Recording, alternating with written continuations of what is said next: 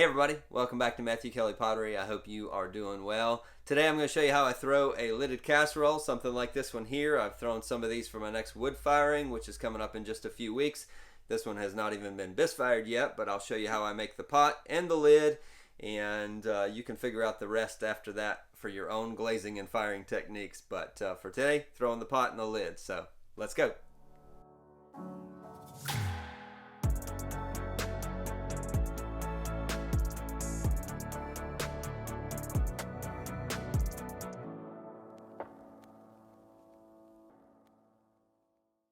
All right, that covered casserole that I showed you at the beginning was about 3 pounds in the base, probably about 1.25 pounds to 1.5 pounds in the lid. I can't remember exactly how much, but I've got some calipers over here that I already have a width set to for a base of a casserole that I made yesterday, and I wanted to save it for the width, and I figure if I'm going to make a few more, I'll just go ahead and keep that set on that, and then make these to the size of that, the calipers, so that when I go to make lids, I make several that are the same or similar size. So this being 3 pounds, and once I get this thrown, I'll tell you the height and width of the overall piece. But these, I've been making the last couple wood firings. I've made a few covered casserole dishes of different designs, and I don't know exactly where this one popped into my head or what I saw that inspired it, but I thought, oh yeah, I should make like a little small kind of straight-sided or tapered, straight-walled covered casserole. The ones I've made so far are a little bit smaller than what I had in mind initially, because I was thinking maybe even a tortilla warmer. That would have to be a little bit bigger than what I showed you earlier, but I'll probably make some that size to go in this wood firing as well. So after I get it centered, if I'm going to make something flat, I like to use the heel of my right hand to push down in the center, because it's a much stronger, flatter part of my hand than my fingertips. So if I'm gonna make like a pie plate or any kind of plate or serving dish where I want a large flat area, I like to use that heel of my hand to flatten that out, and then to even open up the clay ball. I do have my left thumb underneath there as well, so that's kind of helping with this area here, kind of making sure I assist my palm in moving that clay and clearing out that area right at the base, or at the where the bottom connects to the sidewall. So you can see here my calipers were set to about that width, so if I stop there, that's going to be about right for when I pull up and then kind of taper in a little bit. So these, any lidded piece you have, you're either going to have a gallery in the lid, or you're going to have a gallery in the pot.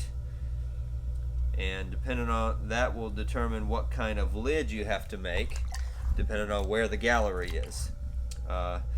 Most of the lidded pieces I have made recently were more of the ones that have the gallery in the lid and then just a straight lip to the pot. Sorry for the break there, my kids barged in. They didn't know I was recording a video, so anyway. I think what I was mentioning is that most of the lids that I have made recently have had the gallery in the lid, and in those you have to have just basically a normal straight top to the pot. This one is going to have the gallery in the pot, and then the lid does not need to have a gallery, so then you can either make a flat or a dome lid for those. But for this, because I'm going to make the gallery in the pot, I pretty much have to leave a good amount of thickness at the rim of this so that I can then separate that to make the rim of the pot and then where the gallery goes down in. So I'm not gonna I'm gonna pull this at least once more, and I'm gonna make sure that I don't pull. Right now, even right there below it, it's thinner than the very top is. Right down here, it's probably only about 3/8 of an inch thick, and you can see up here it's probably 3/4. I've got that way on purpose so that I have enough clay to make that gallery out of. And let's just check here. My calipers, we're right on target for where that needs to be, so we're good with that. Just going to go back to the base here and pull up. Like I said, I'm going to stop right there, not going to pull any higher than that, so that, like I said, so I leave that extra thickness there to make that gallery out of.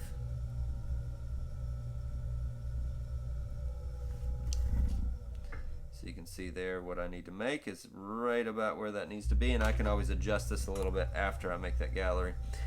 First, before I uh, make the gallery, I just want to straighten up this outside a little bit, maybe even undercut it, make a little bit of an undercut, and maybe even a little bit of a foot there on the piece, the body of it.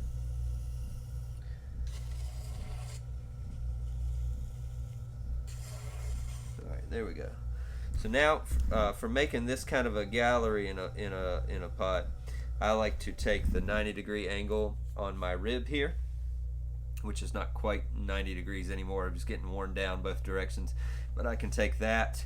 I like to make sure I have water on top of this, and then I want to take that rib in my right hand. I'm going to support the walls of it underneath with my left hand, but I'm going to take the rib in my right hand, and then about halfway across that, let me just flatten this out with the whole flat side of that.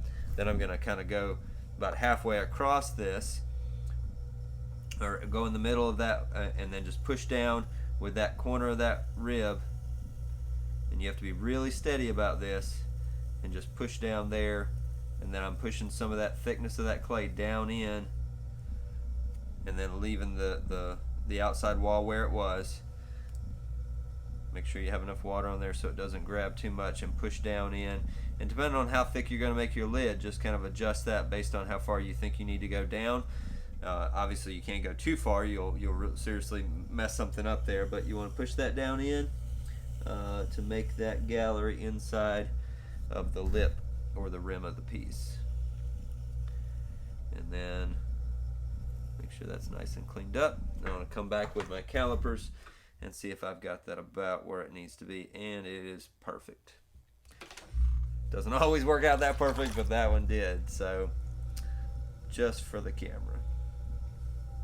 Usually it's the other way around, like when I was trying to record the beginning of this episode. I think I recorded the intro about 15 times before I got one that I really liked. So anyway, all right, so there's the body of the piece already thrown. Got the gallery in that, and now we'll go on to making a lid.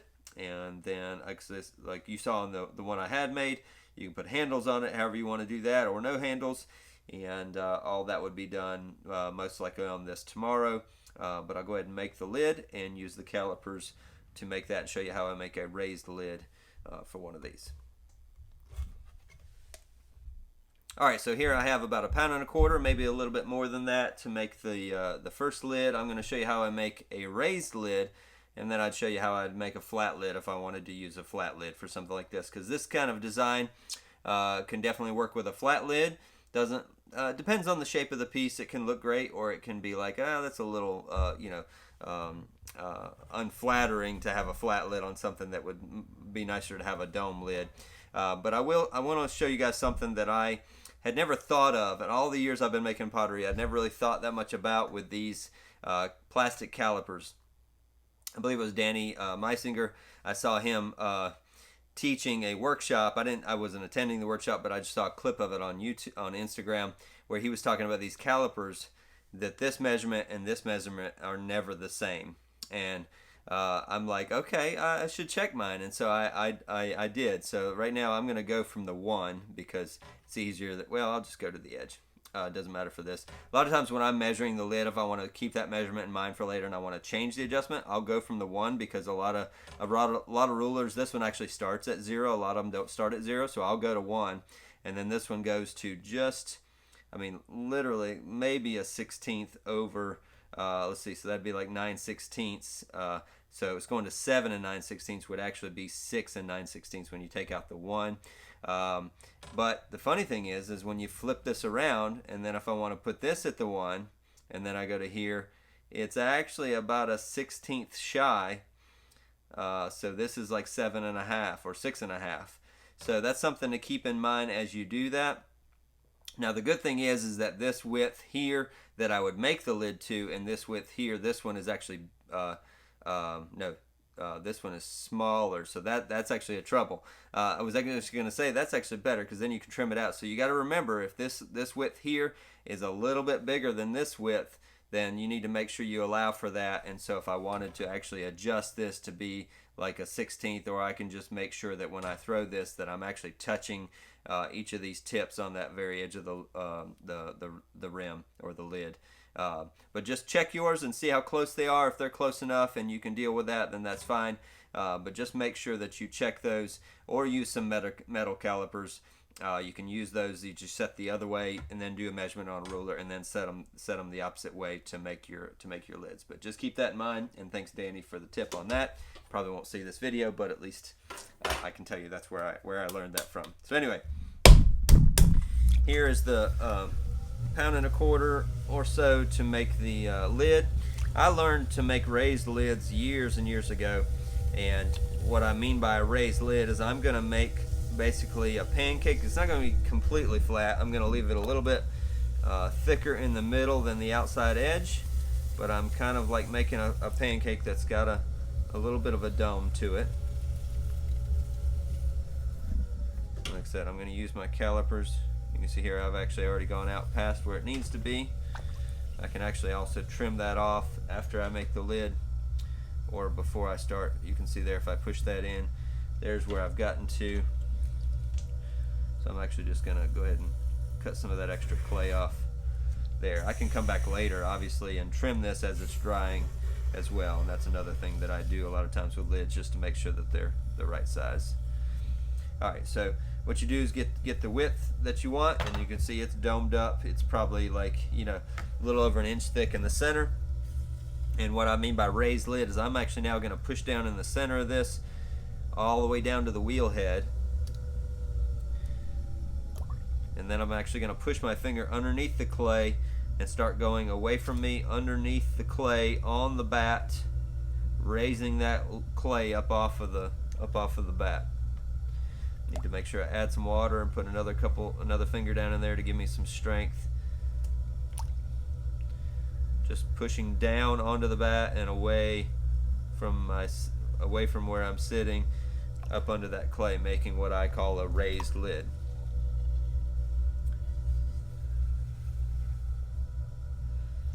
Alright, and now that I have that, now I can take this clay and basically pull it back in. And I've got plenty of thickness here. I definitely could have used a little bit less clay, but it's not going to hurt anything because I can trim some of that out later. Even pull a little bit of it out now and then trim whatever I need to out later. But I can pull that back towards the center of the wheel, basically coning this in to close this off. So I'm kind of trying to want to pay attention a little bit to the shape. I don't want this to be domed too high for the shape of this pot, but I just want like a gradual dome up coming into where the knob is going to be. I'm definitely going to pinch some of this clay off so that I don't have all this a massive amount of clay at the top, but I kind of want to get this pulled in where it needs to be. And right now, instead of pinching that off, I'm going to cut some of this off. So there, I've cut off a little bit there. So what I want to do is I've that domed up, and then I'm going to push under there where the knob's going to be. And I'm not going to fully shape the knob yet. What I want to do is close this off and trap that air in there, and that's going to allow me, kind of give me back pressure to do my final shaping. So I'm just going to close this top of this lid off like that. And then with that air trapped in there, now I don't have to worry about this collapsing in because the air is giving it support on the inside. Because of the squared kind of shape of the base, I'm going to put the knob into kind of like a squared shape there, put a flat side on it. Make that kind of match the design of the base. Now that may take you a little bit of practice, but I think that makes a great looking lid for the pot that we just made. So it has some vertical, has some height to it, as well as getting a cool shaped knob on there as well. Now I'll show you how you can make a flat lid even easier. Not that I think that is hard, but that's an idea for a raised lid, which I'll do for most of mine. But just to give you guys an idea, I'll show you a flat lid. Alright, here I have about a pound of the clay. I haven't weighed this, I just kind of grabbed it. Feels like it's about a pound, maybe just a touch over. But this is really easy to throw. You can just center this clay up, and then when you go to flatten this out, depending on the size of the knob, you can still make a hollow knob like that, or you could make it solid depending on how big it's going to be.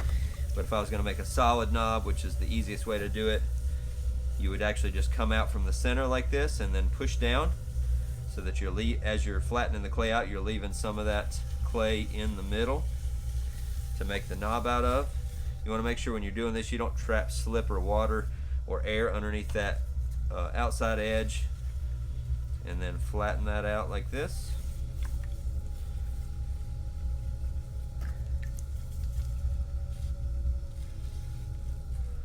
Alright, get my calipers, and there we go. That's a good width. It gives me a little bit extra play with. I can trim off later if I need to. And now you can come back, and because this is flat on the bottom, there's no, you don't have to worry about any air being, you don't have to worry about shaping this knob, trapping air to give you support on the inside like the other one. You can just then come and shape this knob in the middle. I like to give me a little bit clean up right around that edge so that it comes free from the bat real easily and cleanly. And there's a flat lid. And then you can come back later, cut that free or let it pop off the bat, and then size it to fit the pot, and you'll have the two different ones to show as options. Alright guys, well there you have it. There is the base of the covered casserole. There's the raised lid, and here's the flat lid, and I showed you every single one of those.